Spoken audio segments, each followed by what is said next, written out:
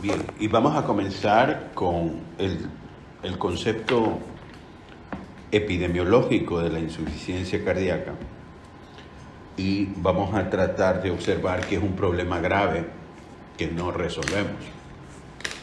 Como vamos a ver en esta parte introductoria de la epidemiología de la insuficiencia cardíaca, hemos conocido que la insuficiencia cardíaca es la expresión más tardía de lo que le puede pasar a una persona cuando tiene un evento cardiovascular, cuando se infarta, cuando tiene una cardiopatía hipertensiva, cuando tiene una estenosis de la arteria de la válvula aórtica o que tenga alguna miocardiopatía dilatada, como ustedes conocen, la miocardiopatía hipertrófica, la miocardiopatía restrictiva u otro tipo de miocardiopatías primarias como la amiloidosis, por ejemplo, lo llevan a la falla cardíaca de tal manera de que es un problema grave que muchas veces no lo podemos resolver por la alta morbimortalidad que tienen los pacientes.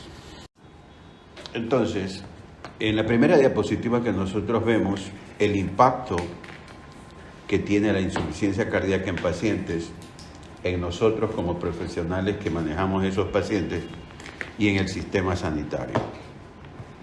Hay 60 millones de personas en el mundo que padecen insuficiencia cardíaca y esto es más de 3 veces el número de pacientes con cáncer en todo el mundo.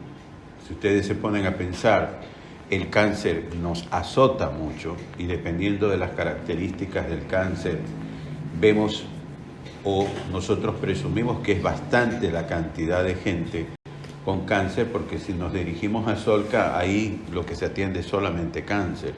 Entonces nos abrumamos de la gente y la cantidad de pacientes. Pero piensen diferente cuando hablamos de falla cardíaca. La falla cardíaca son 3 veces más la población que tiene cáncer. Y lo lamentable de la falla cardíaca es que la mortalidad por falla cardíaca es más que el cáncer. El otro aspecto es que si el 50% de los pacientes con insuficiencia cardíaca con fracción reducida van a morir en el plazo de 5 años, desde el diagnóstico. Eso es también muy abrumador y muy impactante, porque si yo tengo 10 pacientes que le diagnostico hoy cáncer, pasados los 5 años, la mitad va a estar muerto. Y el otro aspecto es que esta enfermedad impone una presión significativa sobre los sistemas sanitarios. Ingresos por insuficiencia cardíaca, como ustedes lo ven en sus hospitales, como el Hospital Guayaquil, si bien es cierto, esas familiares no pagan, pero el hecho de que esté un familiar cuidándolo al paciente o que no exista una medicación para ese paciente, él tiene que estar ahí, de tal manera que lo que gasta en realidad el sistema sanitario es importante. ¿Y de qué gasta el sistema sanitario? Gasta por hospitalización. Y la hospitalización por falla cardíaca en mayores de 65 años en todo el mundo es la causa principal por la cual tú te ingresas a un hospital. Tienes más de 65 años, ¿cuál es la principal causa? Hospitalización por falla cardíaca.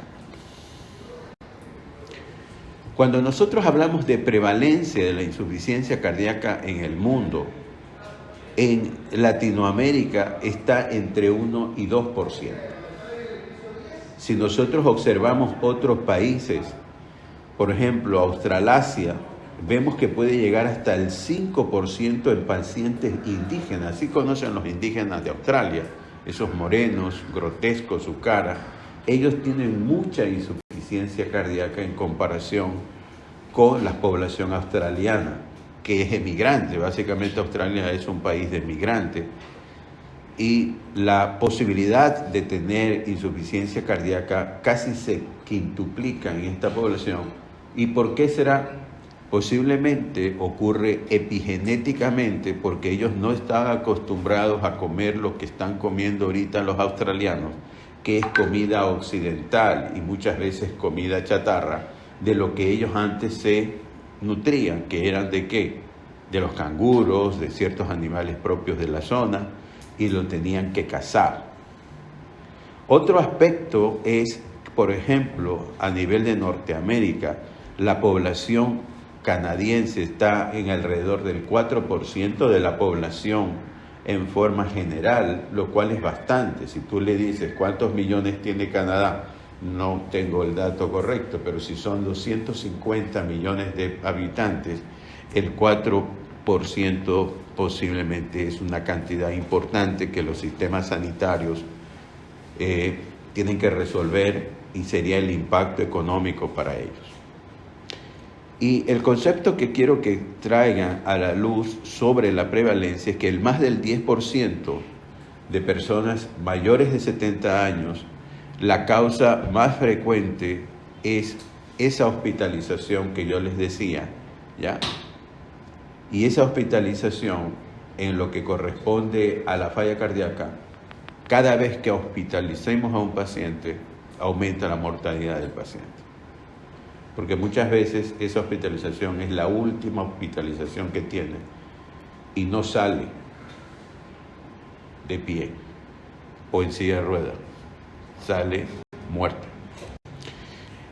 ¿Por qué digo que sale muerto? Por esto. Habíamos hablado del cáncer, 3 veces más la población de cáncer. Y si ven la diapositiva, ven en verde a la falla cardíaca. Y la falla cardíaca, estas son curvas de Kaplan-Meier de sobrevidas. Nosotros vemos que en cierto tipo de cánceres, la falla cardíaca tiene mayor mortalidad y posiblemente el cáncer colonorrectal, que es más agresivo, pudiese tener mayor posibilidad de morirse. Sin embargo, la falla cardíaca lucha en mortalidad con esos cánceres que nosotros vemos como de cáncer de mama y también cáncer de próstata en lo que corresponde a los varones.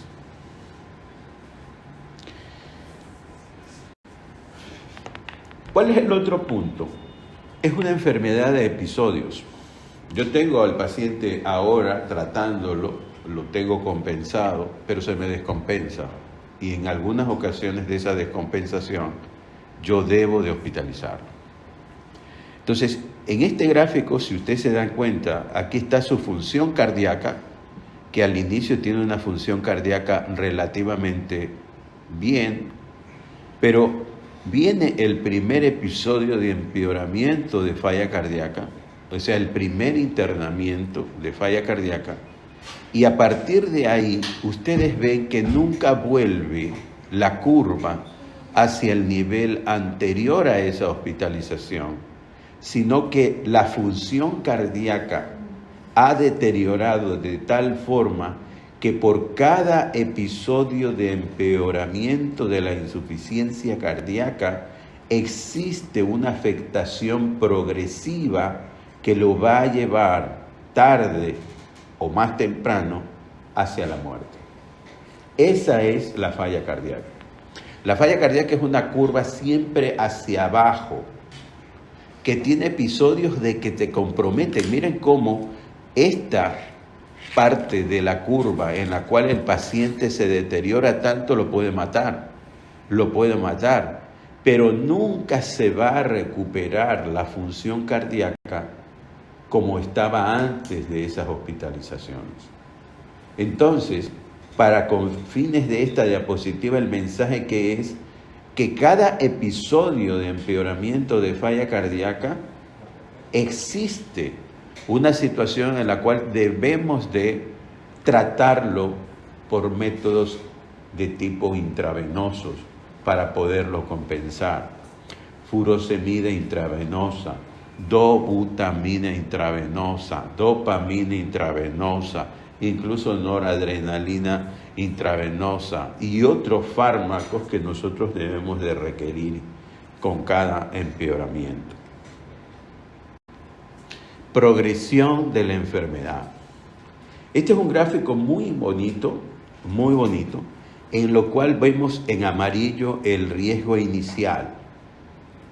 Cuando yo te diagnostico inicialmente y te trato ambulatoriamente o dentro del hospital, yo voy a tener un riesgo inicial y voy a decir, el riesgo de esta persona es tal.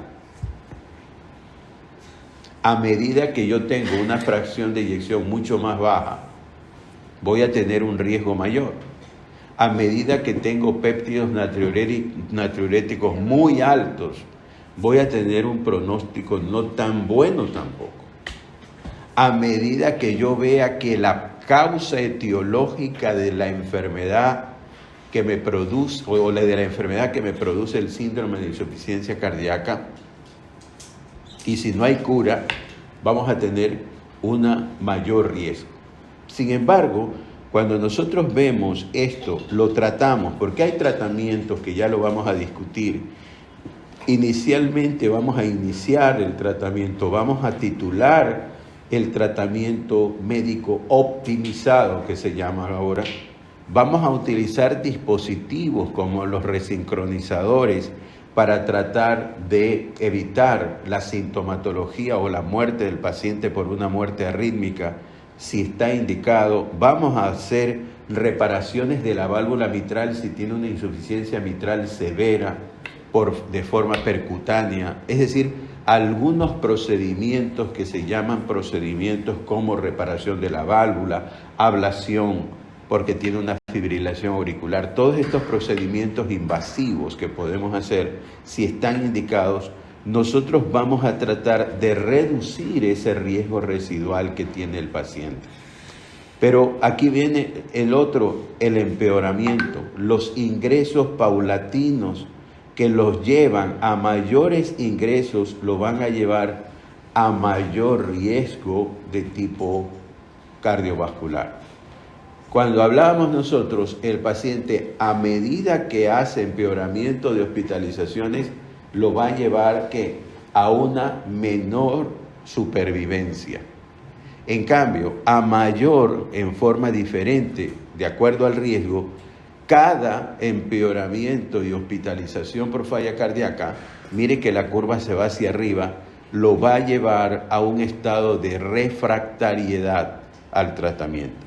Ya no responde a sacubitril/valsartán, ya no responde a las medidas que teníamos con resincronizadores, y el paciente pasa a una etapa de intolerancia a la medicación, y hay que considerar la posibilidad de un trasplante cardíaco, de un soporte circulatorio mecánico, de la utilización de inotrópicos intravenosos y por último los cuidados paliativos, es decir, como en el cáncer, paliativo, hasta esperar solamente la muerte. Entonces, esa es la progresión de la enfermedad. Cuando nosotros hablamos ahora de qué debemos hacer nosotros, evitar los ingresos. Si tú evitas los ingresos, dándote cuenta muy precozmente que el paciente se está descompensando, que ha aumentado de peso, está en su casa y no está haciendo lo correcto, está haciendo una ingesta inadecuada de sal, yo lo vuelvo y lo peso o le pregunto por teléfono a la enfermera, ¿cuánto está pesando, señor? Pero ha aumentado 2 kilos en la última semana. Ese paciente se está descompensando. Hay algo que no está bien porque venía con peso adecuado. Entonces lo llamamos a nuestra clínica de falla cardíaca y le decimos, venga, vemos qué es lo que está pasando, ver si está cursando con un efecto que se llama engatillador, que te puede llevar a descompensación, como una infección urinaria, que tenga una neumonía de la comunidad, etc. Estamos prestos a nosotros, antes de que se descompense totalmente y requiera hospitalización, de compensarlo ambulatoriamente sin necesidad de hospitalizarlo. Entonces, eso es el principal motivo por el cual nosotros tenemos presto a los signos de alarma. ¿Cuáles son los signos de alarma? Ya lo vamos a ver más adelante. La ganancia de peso, por ejemplo, del paciente, la fatigabilidad del paciente que se incrementa y otros aspectos que ya vamos a ver. Pero lo importante aquí es esto, evitar. Aquí tenemos, por ejemplo, lo que tiene que ver con el manejo del paciente, evitar las hospitalizaciones, ¿ya? Tener en cuenta que los medicamentos que podemos utilizar pueden tener efectos colaterales adicionales. Tenemos que ver la creatinina del paciente, el potasio del paciente cuando estamos dando iecasartanes o sacubitril/valsartán. si estamos dando un betabloqueante, ver si no está muy bradicárdico el paciente. Entonces, esas circunstancias tenemos que ver. El otro es el control de lo que tiene que ver con las complicaciones, que también pueden ser como una neumonía de la comunidad. Una complicación que podría ser es un paciente que tiene una fibrilación de novo, nueva, que le causa un deterioro mayor de la función. Entonces es posible que tengamos que pensar incluso, como les decía, la utilización de la ablación del nodo para evitar esas taquiarritmias. Ahora, con el tiempo, los episodios de empeoramiento de la insuficiencia cardíaca se vuelven más frecuentes. Tú cuéntale los números de hospitalizaciones que tienes al año y le vas a descontar la calidad de vida y la supervivencia también. Hay gente que lo hemos ingresado 3, 4 veces al año. Ese tiene un muy mal pronóstico. Entonces, cuando nosotros tenemos un diagnóstico de inicio, lo tratamos, hay un episodio de empeoramiento de falla cardíaca, lo llevamos al hospital, lo estabilizamos, lo pasamos a la consulta de atención primaria o dentro del hospital, hacemos toda la gestión para el tratamiento idóneo, optimizado de falla cardíaca, tenemos de seguirlos en un seguimiento adicional para evitar que el paciente se descompense. Es decir, necesitamos tenerlo bien vigilado y tratado óptimamente. Miren, este dato es interesante porque el 56%, en un gran registro de Estados Unidos, más de la mitad de los pacientes, 56%, fueron rehospitalizados a los cuantos días de haber egresado, a los 30 días posteriores a un episodio de empeoramiento. Ese es otro concepto que tienen que tener claro. Si yo hospitalizo a mi paciente, se ha visto que la mayoría de personas que se descompensan en los primeros 30 días. De tal manera de que cuando yo le tenga que dar alta al paciente con falla cardíaca, esa alta no tiene que ser a la ligera, sino que tiene que partir de premisas. Si el paciente le reducimos el péptido natriurético que tenía al ingreso un 30%, está apto para considerarse que se vaya a la casa. Que el paciente tiene una situación en la cual los diuréticos ya no los necesitamos en forma intravenosa como la furosemida, ni que le estamos dando un soporte inotrópico, ese paciente ya está listo para irse a la casa. Y si tiene una insuficiencia cardíaca con fracción de eyección reducida, hemos iniciado el tratamiento con los llamados 4 fantásticos, que son la espironolactona, los betabloqueantes, sacubitril, valsartán y un inhibidor SGLT2 como dapaglifosina o empaglifosina. Ya debemos de haberlos prescrito antes del alta, de tal manera de que eso garantiza que el paciente no se vuelva a descompensar y volver a la hospitalización. ¿Cuál es el segundo aspecto que tiene que tener en claro? Que la visita posterior al egreso con el cardiólogo que lo va a ver o con el médico que está asignado para atender estos pacientes debe de ser lo más precoz entre los 7 a 10 días de salido del hospital. Con esas 2 alternativas que nosotros hemos hecho, hemos podido evitar esos reingresos hospitalarios precoces o prematuros por una mala evaluación y por un mal tratamiento del paciente. Ahora, cada hospitalización por falla cardíaca tiene un impacto duradero en el paciente. Eso es lo que estamos fomentando nosotros. Pero miren, ¿qué es esto aquí? La mediana de supervivencia, 50% de mortalidad después de la hospitalización por insuficiencia cardíaca en este hospital British Columbia o esta ciudad. En vertical, ¿qué tenemos? Mediana de supervivencia en años. Si yo tengo la 4ª hospitalización, mi supervivencia es a mayor número de hospitalizaciones, menor supervivencia. Eso es importante tenerlo en cuenta. Ahora, cada hospitalización por insuficiencia cardíaca se asocia con una reducción profunda y duradera de la calidad de vida del paciente. Este es el estudio DAPA-HF. Miren cómo los pacientes ingresan aquí al cambio respecto al inicio en el instrumento que es el EQ5D, que es una escala de supervivencia. Miren cómo los pacientes que están hospitalizados pierden y se deteriora su calidad de vida una vez que los pacientes ingresaron. Y miren que son comparables con pacientes que se infartan y miren que es comparable con pacientes que han tenido un stroke. Si yo tengo un paciente ingresado por stroke, que es bastante grave eso, un paciente ingresado por infarto miocardio y otro paciente ingresado por falla cardíaca, los tres, deterioran su calidad de vida. De tal manera de que el deterioro de la calidad de vida después de los ingresos también está presente. ¿Cómo hablamos de riesgo residual en falla cardíaca reducida? Esto se mantiene a pesar del tratamiento. Siempre hay un riesgo. Nada es infalible, ni con los nuevos fármacos que tenemos, los inhibidores SGLT2. Hemos ganado muchísimo con la introducción de los fármacos.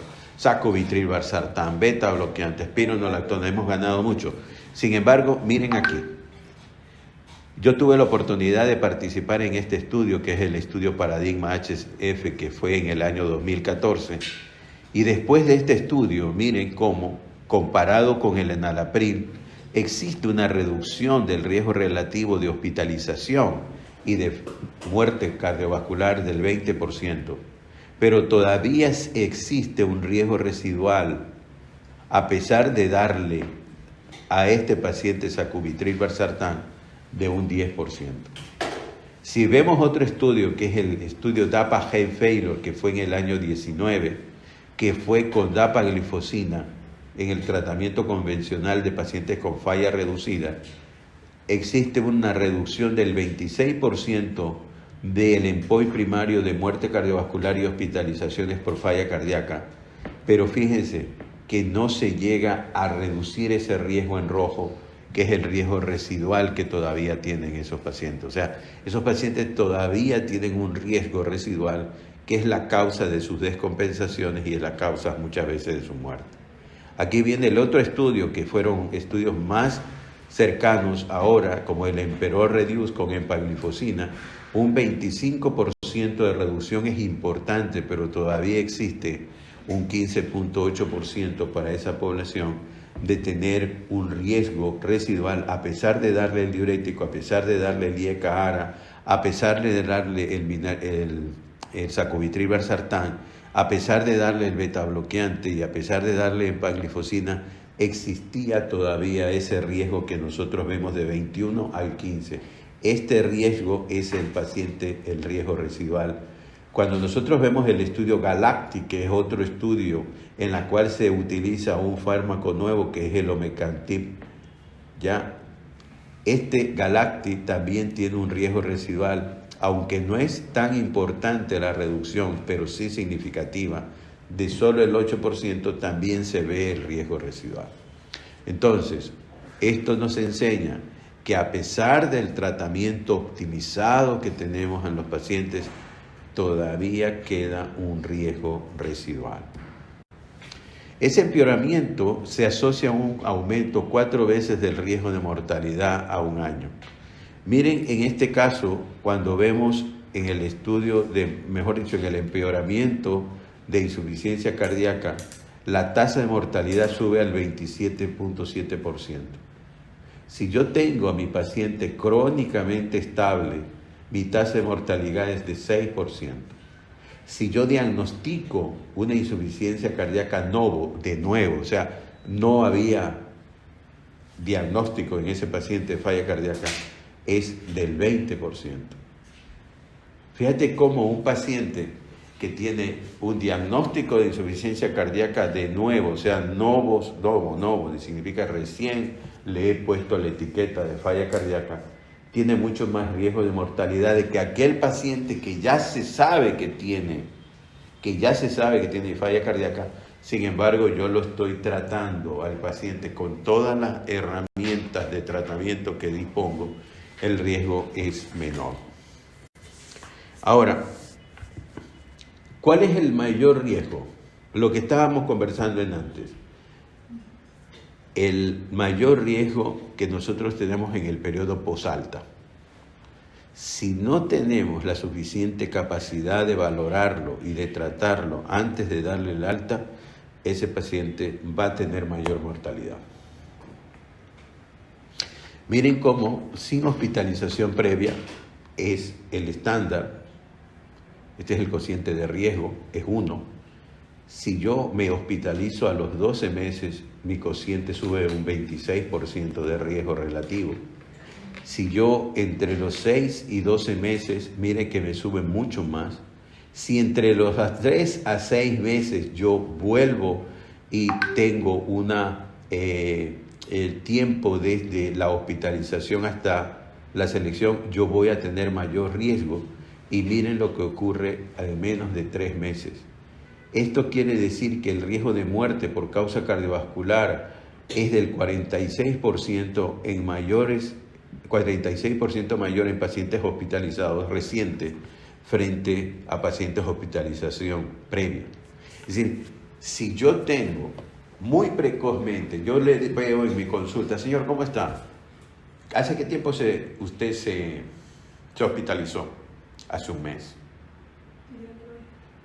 Y si el paciente tiene mayor riesgo en ese momento. O sea, ese es el momento que tenemos que estabilizarlo. Si no le pusimos la dosis correcta de sacubitril al alta, debemos de titularlo hasta la dosis tolerable más alta que se pueda. Si no le hemos beta bloqueado correctamente y todavía tiene 85 pulsaciones y todavía tenemos chance de mejorar en la titulación del beta bloqueante, lo tenemos que hacer en la consulta externa de nuestros hospitales. Es decir, tenemos que optimizar el tratamiento para que no ocurra esto, que el paciente saliendo del alta, yo lo veo y no hago nada, sabiendo de que no está correcta la dosis todavía de sacubitril, no le han dosificado apropiadamente alguno de los fármacos y peor, si alguno de los 4 fantásticos todavía no se los ha incorporado. Yo tengo que hacer el esfuerzo para ponerlo. Y si no existe posibilidad de ponerle un determinado medicamento de los 4 fantásticos, tengo que yo justificar el por qué no lo puedo poner. No pude poner la espironolactona porque me hizo una hiperpotasemia importante. Queda registrado ahí de que en esa ocasión no pudiste hacerlo, pero pasan unas semanas, la siguiente visita, y las condiciones del paciente cambian y puedes ingresar la espironolactona sin el riesgo de una hiperpotasemia, tienes que hacerlo. ¿Qué quiero decir con esto? Que las titulaciones no es una sola vez. La titulación siempre está presente en cualquier momento, en el tiempo que tú estés viendo a un paciente. Hoy día no le pude agregar un determinado fármaco a tal nivel de dosis, pero después lo puedo hacer, tienes que hacerlo. Y decir, me falta titular el beta bloqueante, no lo titulé ahora porque tuve un problema de un proceso de resfrío del paciente que no me permitió hacer la titulación en aumento de carvedilol, de bisoprolol. Si yo tengo hiperpotasemia o si tengo una baja de presión arterial y no pude titular a la dosis mayormente conveniente por paciente de sacubitril valsartán, lo tengo que hacer en otro momento, pero lo dejo pendiente. Las descompensaciones por falla cardíaca se vuelven más frecuentes a medida que la insuficiencia progresa. Obvio, es muy importante ver. Aquí tenemos, por ejemplo, una media de intervalo de una y segunda hospitalización. Hay una reducción del promedio de 29 días por cada rehospitalización y cuando tenemos 80 de mediana de intervalo entre la cuarta y quinta hospitalización, eso se caracteriza entonces que a medida que existen hospitalizaciones o la enfermedad progresa, también las descompensaciones progresan. ¿Cuál es la mortalidad de cada descompensación? Uno de 5 pacientes o más de uno de cada 5 pacientes fallece en el plazo de 2 años del primer empeoramiento del episodio. Tengo 5 pacientes aquí. Los 5 los hospitalicé. Uno de ellos a los 2 años está muerto. Cada descompensación de insuficiencia cardíaca se asocia con mayor riesgo de hospitalización y recurrencia, eso ya lo hemos visto, ya lo hemos analizado. Y por último, los pacientes con insuficiencia cardíaca reducida tienen riesgo extremadamente alto de muerte por causas cardiovasculares u hospitalizaciones por falla cardíaca.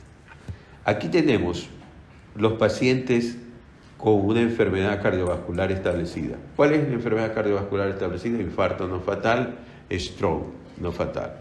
Se ingresan. Miren cómo es la muerte por causa cardiovascular que puedan tener. Es este. Pero si tú te ingresas por insuficiencia cardíaca, mira cómo se prolonga y se intensifica la muerte del paciente. Sea porque el paciente ingresa a una insuficiencia cardíaca avanzada, que ya no tolera, ya no resiste los medicamentos de los 4 fantásticos, o que tiene un empeoramiento reciente de la insuficiencia cardíaca, o que aparentemente el paciente está estable, o el paciente está sin hospitalizaciones y resistentes. Miren que aquí podemos observar que a medida que aumenta el riesgo de estas circunstancias, aumenta también la muerte por causas cardiovasculares. El riesgo de muerte es superior en los pacientes con insuficiencia cardíaca en comparación con los que se ingresan por enfermedad cardiovascular establecida. Vemos pacientes con infarto agudo del miocardio que evolucionan bien, porque lo tratamos bien, le hacemos angioplastia, le ponemos stent, lo operamos, qué sé yo. Pero en falla cardíaca, cuando tú ves, y si esta falla cardíaca tiene de muy alto riesgo, ese paciente tiene un mal pronóstico en lo que corresponde a morirse por causa cardiovascular. ¿Qué pasa cuando damos tratamiento versus no dar tratamiento optimizado? Ahí están las curvas. Si nosotros podemos hacer esta curva, le está dando la posibilidad usted al paciente a vivir más tiempo del que estaba previsto si no le diéramos tratamiento. Y esta es la curva sin tratamiento. Si ustedes se dan cuenta, en la curva con tratamiento existen episodios de descompensaciones que lo pueden llevar a una hospitalización, sin embargo son muy espaciados en el tiempo. Y acá, en el caso de un tratamiento no oportuno o un tratamiento que no corresponde para su situación o no le estamos dando tratamiento, en rojo miren que las hospitalizaciones o los deterioros son mucho más pronunciados, que los pueden llevar a la muerte ya aquí. Pero miren la curva, que es una curva descendente que lo lleva más rápidamente a la muerte. Este espacio entre la última parte de esta línea roja y la línea azul, todavía la línea azul está con el paciente vivo. En este momento, lamentablemente, ese paciente progresó hacia una mortalidad más precoz sin tratamiento que con tratamiento.